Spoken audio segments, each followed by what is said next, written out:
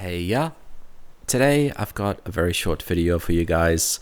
I bought the Rode PSM1 shock mount separate to the Rode NT1 kit mount that I got with my Rode NT1. And I'll show you guys why I bought this. So the profile of the Rode NT1 with the shock mount, the default one that they give you, is really large. That pop filter in the front, I never use it. I hate pop filters. It's just not for me. I instead like to use like a foam cap that I put on top of my microphone, and it works absolutely fine for me.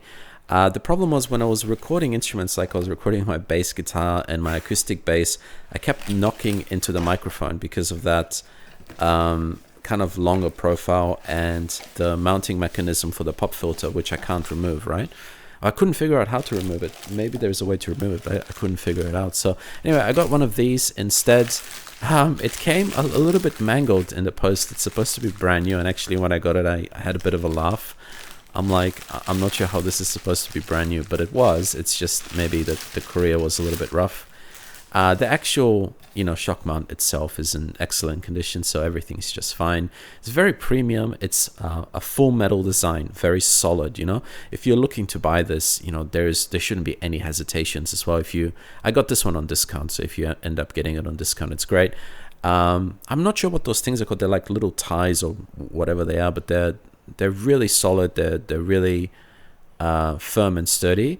In comparison, I've got an MXL 990 and it comes with a shock mount, which broke in like a month or two.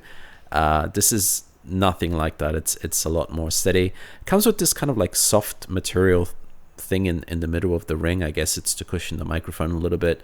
But other than that, it's pretty bare bones. If you have the stand as well, the DS1 microphone stand by Rode, you can just attach it using the little kind of screw-in attachment mechanism in the back.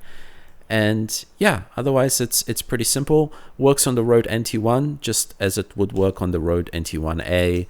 And there are a couple of other compatible mics. If you guys scroll back on the video when I was looking at the back of the box, you can see some of the compatibility as well.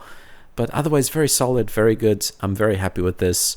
And it does the trick, I'm very happy. So end of the day, I hope you guys enjoyed the video, and I'll see you guys in the next one.